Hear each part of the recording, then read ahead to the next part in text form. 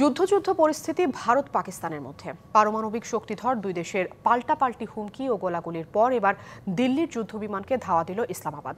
কেবল রণক্ষেত্রই উত্তপ্ত নয়, বদলে যাচ্ছে রাজনৈতিক চালও। নিরাপত্তা উপদেষ্টা বোর্ডের শীর্ষ পদে পরিবর্তন আনলেন ভারতের প্রধানমন্ত্রী নরেন্দ্র মোদী। কাশ্মীর ঘিরে যখন তুমুল উত্তেজনায় কাঁপছে পারমাণবিক শক্তিধর দুই দেশ ভারত পাকিস্তানের মাটি ও আকাশ, ঠিক তখন নতুন রাজনৈতিক চাল দিলেন ভারতের প্রধানমন্ত্রী। জরুরি বৈঠকে সেনাবাহিনীকে পাকিস্তানে অভিযান পরিচালনার পূর্ণ স্বাধীনতা দেওয়ার পর দেশটির জাতীয় নিরাপত্তা উপদেষ্টা বোর্ডের শীর্ষ পদে বসালেন অলোক যোশীকে, যিনি ছিলেন দেশটির গোয়েন্দা সংস্থা রিসার্চ অ্যান্ড অ্যানালাইসিস উইং রয়ের প্রধান। ভারতের একের পর এক পদক্ষেপ গ্রহণে যুদ্ধই কি বাঁধতে যাচ্ছে দুই দেশের মধ্যে? জনমনে যখন এমন প্রশ্ন, চাইলেই দিল্লি পাকিস্তানে হামলা চালাতে পারবে না বলে মন্তব্য করলেন পাঞ্জাবের মুখ্যমন্ত্রী। বলেন, আক্রমণ করার আগে ভাবতে হবে অন্তত 10 বার।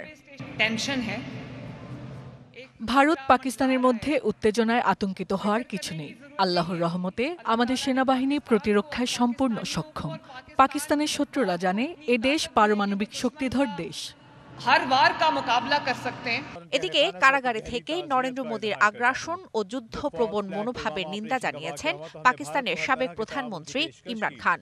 বলেন, মোদীর আগ্রাসন ঐক্যবদ্ধ করেছে পাকিস্তানের জনগণকে। এরই মধ্যে কাশ্মীর সীমান্তে উত্তেজনা পৌঁছেছে চরমে। ভারতীয় বিমান বাহিনীর 4টি রাফাল যুদ্ধ বিমান কাশ্মীর অঞ্চলে টহল দেওয়ার সময় ধাওয়া করেছে পাকিস্তানি বিমান। এছাড়া টানা 6ষ্ঠ দিনের মতো ভারত পাকিস্তানের সেনাদের মধ্যে গোলাগুলি হয়েছে সীমান্তের নিয়ন্ত্রণ রেখা বরাবর। উত্তেজনাকর পরিস্থিতি প্রশমনে শিগগিরই দুই দেশের মধ্যে কূটনৈতিক হস্তক্ষেপ করতে যাচ্ছে যুক্তরাষ্ট্র। দুই দেশের পররাষ্ট্রমন্ত্রীর সাথে কথা বলবেন মার্কিন পররাষ্ট্রমন্ত্রী মার্কো রুবিও, উদ্বেগ প্রকাশ করেছেন জাতিসংঘ মহাসচিবও। শোভন শাহমিন দিশা, ডিবিসি নিউজ ডেস্ক।